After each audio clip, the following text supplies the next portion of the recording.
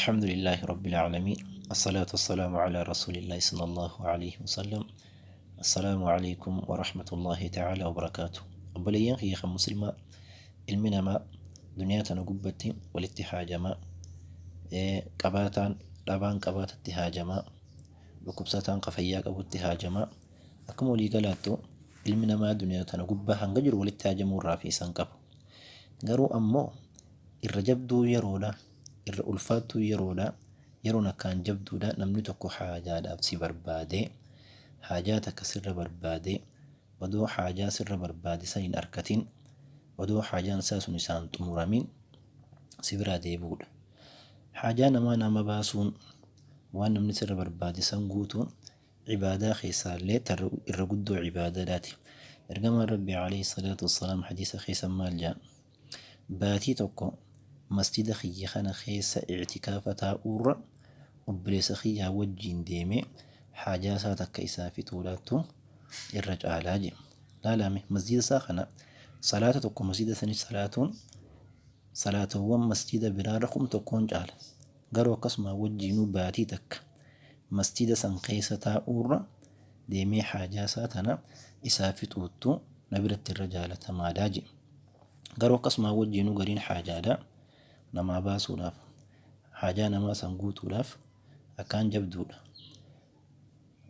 Nama maallaqa naa liqeessi jedhee si gaafate hundaafuu maallaqa liqeessuuf hin dandeessu. Si nam tokko imaltuu na wajjiin deemi yoo kasiin jiru taate imaltuu wajjiin deemuu hin dandeessu.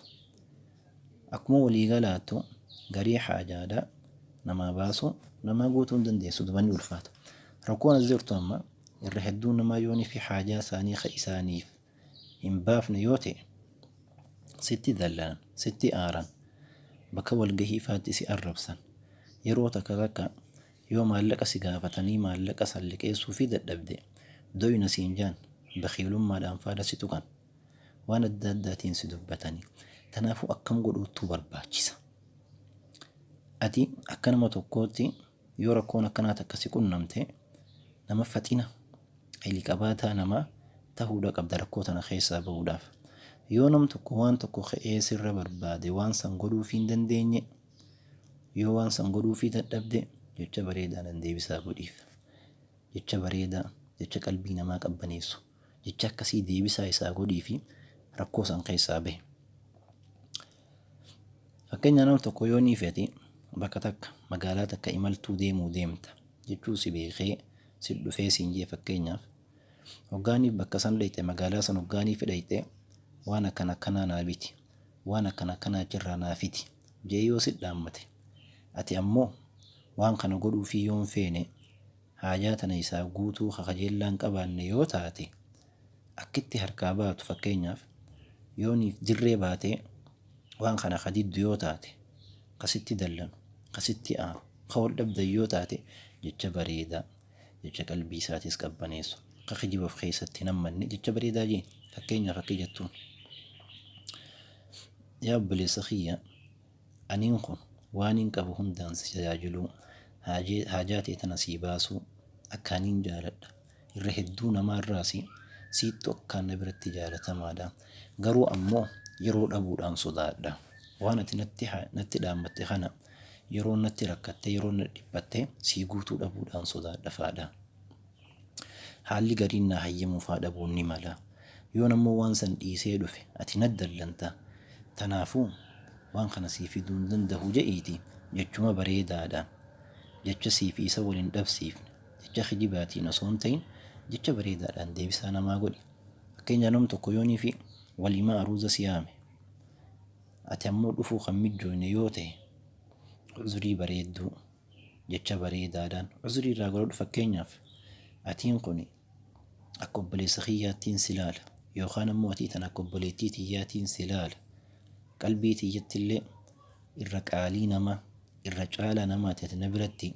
Garuu ammoo jettee waan si shaagalu, waan si heewasu, yooniif barataa taate barumsa yoo qabaatte, yoommoo hojjetaa taatee hojii qabaatte, waan bakka tana dhufuu si dhoorku jecha babbareedaa, waan uzurii sii ta'u waan akkasii deebisaa godhiif jechuudha. Kanaafuu akka waliigalaatti يوني في حال خيتي اللي إنما جمتشي سوباته جتشي دبتو جتشي أفان خيتي سيبه هاني في نما جمتشيسو قلبي نماها كبنيسو. إرجما ربي عليه الصلاة والسلام دسي إجاتي تري جمتشو إجخينياتي تري أكنت خاجتشوان بريدا كان خناني قلبي نما هندوفتشو تري نما في التسليه سوتري نتيلين إسا خيستي لأنه بريدون نوفجرا جتشوان غغاري جتشوان بريدا جتشوان كسيها فيدمنو حديث خيست ترجم ربي عليه الصلاة والسلام كنون دي الكلمة الطيبة صدقة جتش غارين جتش بريدا صدقة لنون جئ تنافو هنگدن دينيت وهند خيستو حال خينيا وان سندلقو بانوس جتشوان بريدا جتشوان غغاري دان قلبي نماتنا في التاسم منو في التاسا قمنو ربي سبحانه وتعالى قلبي تنيافي قلبي مسلم توتا هندرتو وانسان قمتشيسو وأنو قمتشيسو هانكو هاسين سيسو يجا. السلام عليكم ورحمة الله تعالى وبركاته.